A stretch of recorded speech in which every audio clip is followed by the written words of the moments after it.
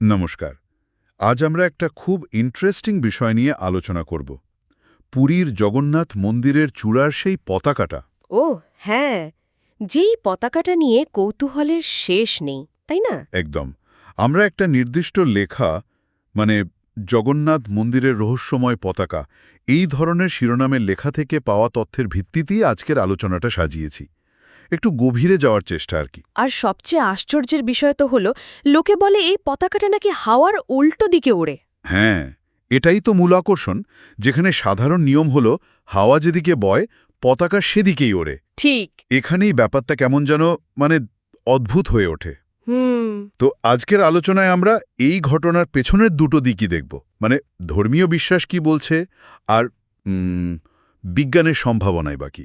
হ্যাঁ, সেটাই দেখা যাক। শুরু করা যাক তাহলে। আচ্ছা, তাহলে প্রথমেই যদি পতাকার এই আচরণের ব্যাপারটা একটু পরিষ্কার করেন। সাধারণ পতাকা হাওয়ার দিকে ওড়ে।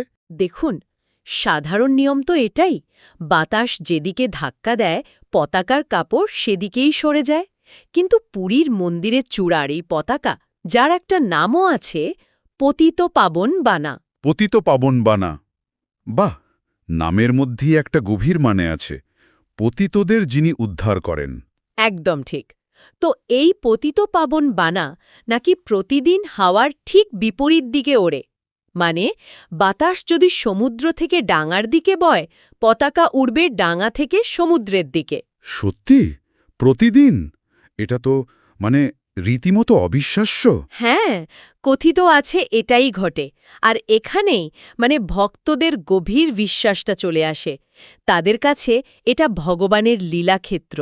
এখানে জাগতিক নিয়ম কাজ করে না। উৎসে হিন্দু ধর্মের যে মায়া বা ঈশ্বরের লীলার ধারণা, সেটার কথাও তো বলা হয়েছে।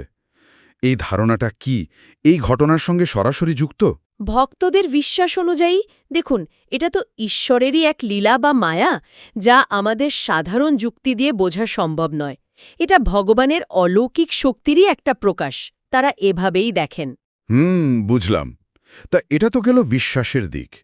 কিন্তু মানে বিজ্ঞান কি এর কোনো ব্যাখ্যা দিতে পারে বা খোঁজার চেষ্টা করেছে কোনো প্রাকৃতিক কারণ? হ্যাঁ, কিছু সম্ভাব্য কারণ নিয়ে আলোচনা তো হয়। উৎসেও তার উল্লেখ আছে। যেমন ধরুন, মন্দিরের বিশাল উচ্চতা, প্রায় ২১৪ ফুট উঁচু তো। হ্যাঁ, বেশ উঁচু। আর চূড়ার যে গঠন, গোল আকৃতির, সেটা হয়তো স্থানীয় বাতাসের গতিপথে এমন কোনো জটিল ঘূর্ণি বা প্যাচ তৈরি করে। যেটা পতাকাকে উল্টো দিকে ঠেলে দেয়, এরকম? হ্যাঁ, কিছুটা সেরকমই। বাতাসের চাপ বা এয়ার প্রেশার আর টার্বুলেন্স ঘূর্ণি তৈরির কথাও বলা হয়েছে। এই ঘূর্ণি বা ভর্টেক্স জিনিসটা কিভাবে কাজ করতে পারে এখানে, একটু যদি ব্যাখ্যা করেন। তত্ত্বটা হল, মন্দিরের ওই বিশেষ কাঠামোর জন্য পতাকার আশেপাশে হয়তো বাতাসের ছোট ছোট ঘূর্ণি তৈরি হয়। এই ঘূর্ণিগুলোই হয়তো পতাকাকে মূল হাওয়ার যে স্রোত, তার বিপরীতে ঠেলে ধরতে পারে। কিন্তু দেখুন, এটা মনে রাখতে হবে, এগুলো সবই কিন্তু তত্ত্ব। মানে পরীক্ষিত সত্য নয়। একদমই তাই। পুরীর মন্দিরের ক্ষেত্রে ঠিক এটাই ঘটে কিনা তার কোনো নক্কর প্রমাণ নেই। আর সবচেয়ে বড় কথা, একই রকম দেখতে বা সমান উঁচু অন্য কোনো কাঠামোতে তো এমন ঘটনা দেখা যায় না। ঠিক, এটাই তো প্রশ্ন। অন্য কোথাও হয় না কেন? সেটাই। এটাই পুরীর মন্দিরের এই ঘটনাকে আরও বেশি রহস্যময় করে তুলেছে। বিজ্ঞান এখনও পরিষ্কার করে কিছু বলতে পারেনি। তার মানে রহস্যটা একই জায়গায় দাঁড়িয়ে আছে। আচ্ছা, আর উৎসে তো এটাও বলা হয়েছে যে শুধু এই পতাকা নয়, মন্দিরের আশেপাশে আরও কিছু অদ্ভুত ঘটনা ঘটে। সেগুলো কি রকম? হ্যাঁ, অনেক কথাই শোনা যায়। যেমন বলা হয় মন্দিরের চূড়ার ওপর দিয়ে নাকি কোনো পাখি উড়ে যায় না। এমনকি বিমানও নিচু দিয়ে ওড়ে না। তাই নাকি? পাখি ওড়ে না? হ্যাঁ, এরকমই লোকমুখে প্রচলিত।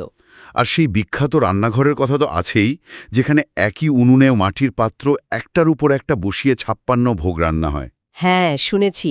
আর আশ্চর্যের বিষয় হল, সবচেয়ে ওপরের পাত্রের রান্না নাকি আগে হয়। ঠিক তাই। কিভাবে সম্ভব কে জানে, এটাও একটা বড় রহস্য। আর মূল গম্বুজের ছায়া না পড়ার বিষয়টাও তো বেশ অদ্ভুত শোনায়। হ্যাঁ, এটাও বলা হয় যে মন্দিরের মূল চূড়ার ছায়া নাকি দিনের কোনো সময়ই মাটিতে পড়ে না। এই সব ঘটনাগুলো পতাকার ঘটনার সাথে মিলেমিশে পুরো মন্দির চত্বরটাকে একটা রহস্যময় জায়গা করে তুলেছে। সত্যি অবিশ্বাস্য সব ব্যাপার। একদিকে বহু পুরনো বিশ্বাস, মানুষের ভক্তি, আর অন্যদিকে বিজ্ঞান যা এখনো পুরোটা ব্যাখ্যা করতে পারছে না। তাহলে এই পতাকার ঘটনার আসল তাৎপর্যটা কি দাঁড়াচ্ছে? দেখুন, আসল তাৎপর্যটা হল এই উল্টো দিকে ওরা পতাকাটা নিছক একটা দেখার জিনিস নয়। এটা গভীর বিশ্বাস, ঐতিহ্য আর একটা অমীমাংসিত রহস্যের প্রতীক হয়ে দাঁড়িয়ে আছে।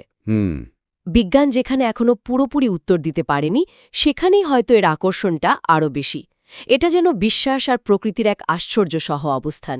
সত্যি ভাববার মতো। আচ্ছা, একটা প্রশ্ন মনে আসছে, যখন মানুষের বহুদিনের পর্যবেক্ষণ আর বিশ্বাস বিজ্ঞানের ব্যাখ্যার সীমানায় এসে এরকম বাধার মুখে পড়ে, তখন এই অমীমাংসিত রহস্যকে মানুষ কিভাবে গ্রহণ করে বা এর মুখোমুখি হয়, এটা হয়তো আমাদের শ্রোতাদের জন্য একটা ভাবনার খোরাক রইল।